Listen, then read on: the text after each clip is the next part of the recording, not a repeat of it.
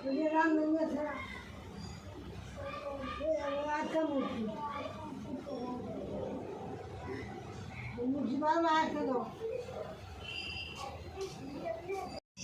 দেখো আদা বাটা দেওয়া হয়েছিল,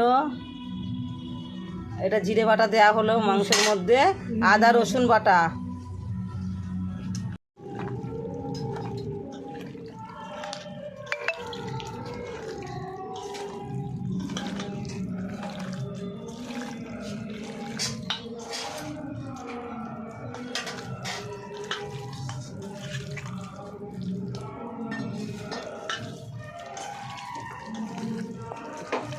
দেখো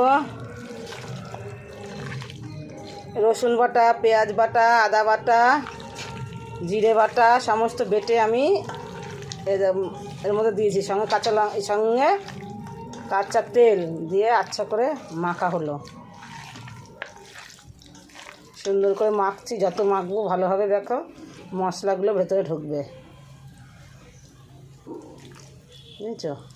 প্রতিটা ইয়েটা সুন্দর করে দিয়ে দিলে মশলাগুলো ঢুকবে। সঙ্গে লঙ্কা বাটাও দিয়ে দিয়েছি।